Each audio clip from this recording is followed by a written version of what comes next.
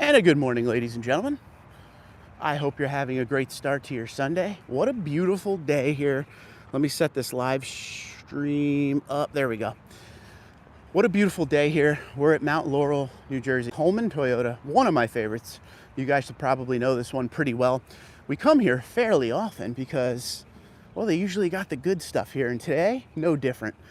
This is the most I've seen at Holman Toyota in a long time.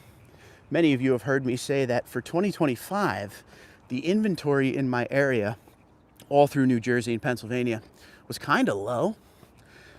That doesn't seem like it's going to be the case for 2026 because the new model year has just begun. Jonathan, Will, how you doing? And we're already seeing like a good amount right off the bat. So that's a good sign for 2026. There's some 2025s here as well. JT, what's going on? The temperature is perfect right now. Couldn't be happier. John, good morning. Jan, what's going on? Let's go Flyers. I don't know about that. Chris, good morning, buddy. How you doing? They got a nice lineup of Tundra here, and there's two I want to focus on, so let's get right to it. Good morning, MS. Geronimo, how you doing? Daniel, what's going on? Connecticut in the house. The Constitution State. It's one of the few states I know the tagline to. I know Empire State, Garden State, Constitution State. So I got to, strike when the iron's hot on that one. Ozzy, what's going on, buddy? Good morning. And thank you for being a member of the channel, good sir. I appreciate you. Okay, I want to start with this one. The long bed is fire. Yeah, we'll go to it in a minute. I hope the engine issues are fixed as well. And that was one thing I was saying to someone last night when I was talking to them. One of the questions I get all the time is, are the engine issues fixed? And unfortunately, there is no 100% factual answer. There's speculation. There's things like, oh, I heard from this and that and this. But until Toyota comes out and says, here's what we did, you should be good to go, it's all a guessing game, right? So the last time Toyota talked about any engine issues was when they did the NHTSA/Toyota report talking about the debris issue. And that was back in late May, early June 2024. Since then, we have not heard from Toyota at all on that. So I don't know if Toyota will ever come out and say anything. I think they will just fix stuff in silence. We also don't know the failure rate.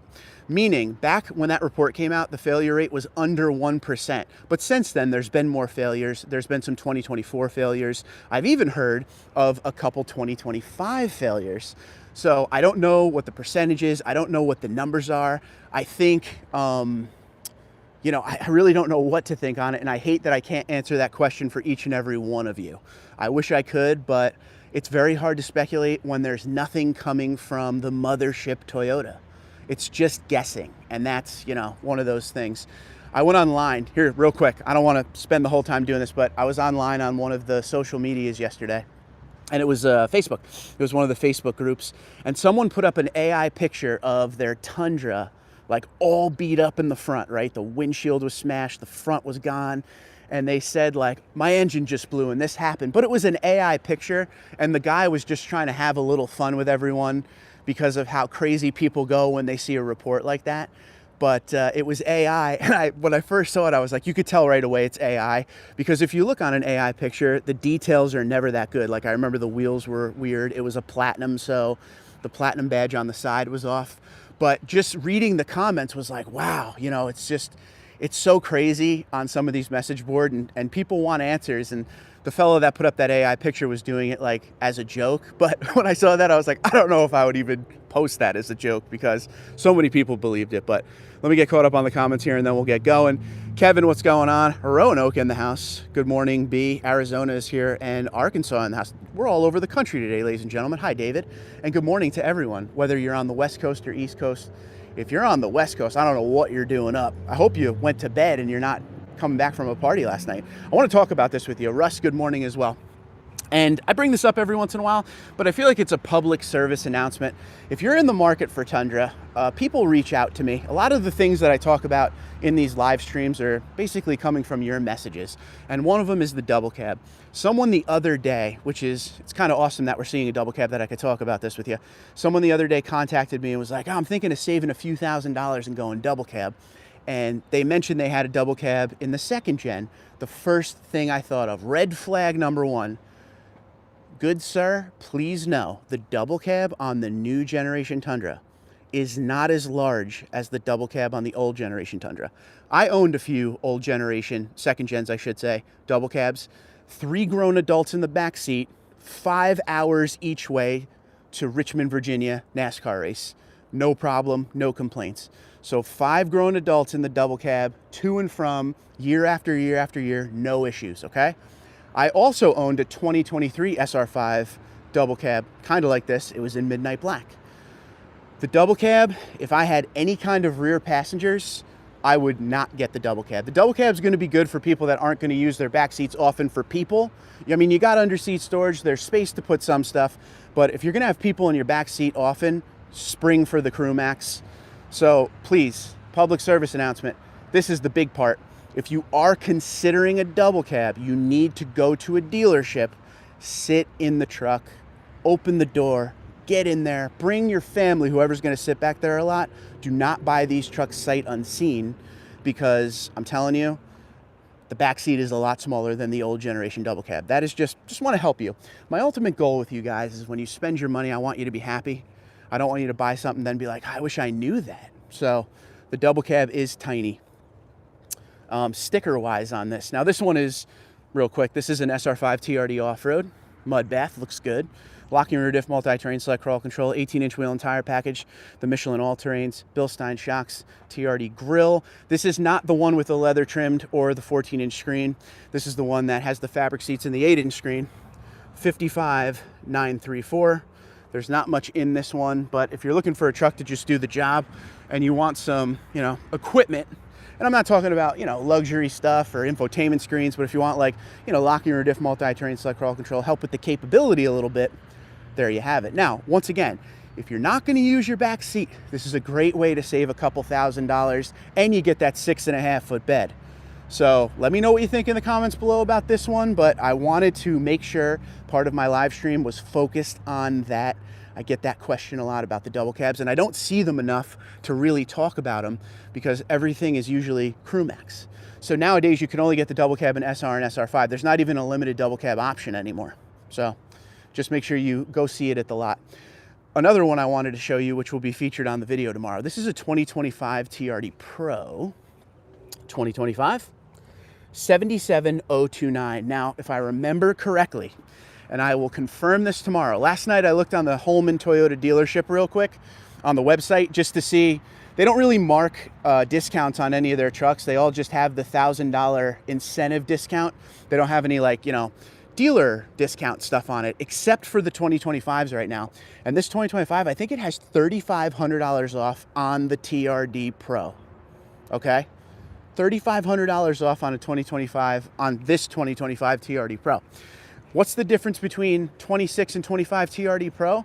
The only difference is the availability of the isodynamic seats for 2026. That is it. So if you're looking to save a little money, as you know, maybe you don't, TRD Pro discounts are not very common. So to see $3,500 off right away, that might be an opening to get yourself, I don't know, maybe $5K off. There's 2 2025 TRD Pros here, and then there's a 2026 on the end. So a little bit of discount on a TRD Pro. If you're in the market and you're looking and you don't care about distance, Holman Toyota, Mount Laurel, New Jersey, give them a call. Tell them Tundra Dude 34 sent you. Oh yeah. There's a 2025 Capstone here. Don't forget, in 2026, the interior is changing. Leroy, good morning. To the Shale Premium. This is still the black and white semi-aniline. If you don't care about that and you want to save a little bit of money, all dealerships are going to want to get rid of their 2025s. And even though there's not really discounts mentioned on a lot of their trucks online, I'm sure they'd be willing to wheel and deal. I mean, we're not in the COVID era anymore, so discounts are back. Raphael, how you doing? Good morning to you. So if you guys wouldn't mind, make sure you hit that like button as well, so as many people could see this live stream as possible. We want to help as many people as we can. Here's another one of those 2025s I was talking about, TRD Pro. You can kind of tell right off the bat when it's a 2025. I don't know if I told you guys this last week. All the prior years of Tundra, sticker on the front window. For 2026, back window, which makes it harder for me because there's tint on the back window. So it's hard enough to see the sticker and show you on camera. But we make do. We figure it out. Limited TRD off-road Lunar Rock with the 6.5-foot bed. That is sweet. Very sweet right there. I love Lunar Rock. Go down in the comments and let me know, are you a fan of Lunar Rock? That seems to be a color people either love or very much dislike. There is no middle of the road with that color. But not a lot of crazy colors here. I always like to pay attention, see if I can find a supersonic red or something. But no. Mud bath, kind of weird. And lunar. It's pretty much the only thing that's different. Other than that, it's white, black, magnetic gray. I don't even see a silver. Oh, we got a blueprint limited. I did just see a comment come in. Hold on one sec. Dougie, what's up, pal? Chris says, for anyone who has an iPhone upgrade to iOS 26, it really makes the large infotainment screen pop with better interface. It also makes the music streaming clearer, in my honest opinion. I very much like the upgrade to the infotainment screen with the new iOS. I agree. Can you say hello to Layla, my daughter, and Larissa, my wife? Layla and Larissa, thank you so much for letting your husband watch me very early on a Sunday morning. I mean, he could be taking you guys to breakfast right now. IHOP, Denny's, a nice diner, but he's on the live stream, and I appreciate both of you for allowing him to watch. So Layla and Larissa, once this live stream is over, make him go and buy you something. All right, there you go. BitBoy, what's going on? Will, how you doing? Liked it enough to buy one. There we go. Garland says, hello, Mark. I'm enjoying my 26 Platinum Silver in color, traded 23 Black Limited. Please enjoy. One of my next Tundras, okay, and you guys know me. I have a problem. I'm always looking. I really like the Silver Platinum. I don't know. Silver pops nice on the Platinum. There's a few that are always on my mind. Most likely going to step down into the Limited next. But, you know, I'm always looking. I'll be honest with you, if a TRD Pro deal really popped up and I was in an equitable situation with my current truck, I'd rock that. Brian, what's going on, buddy? You guys can't really see this truck because of the sun popping up over the building now. This is a very sought after setup right here if you are a Tundra fan. Limited, nightshade, crewmax with the 6.5-foot bed. Oh, Dougie, good. I was going to bring that up too. I'll end my video on this. So you guys know, if you haven't seen my video, go back a few videos and check it out. Actually, it was last Sunday that it happened. I got a check engine light on my way home from Del Toyota, which is about 2 hours away from my house. So I was like 90 miles away from home when I got a check engine light.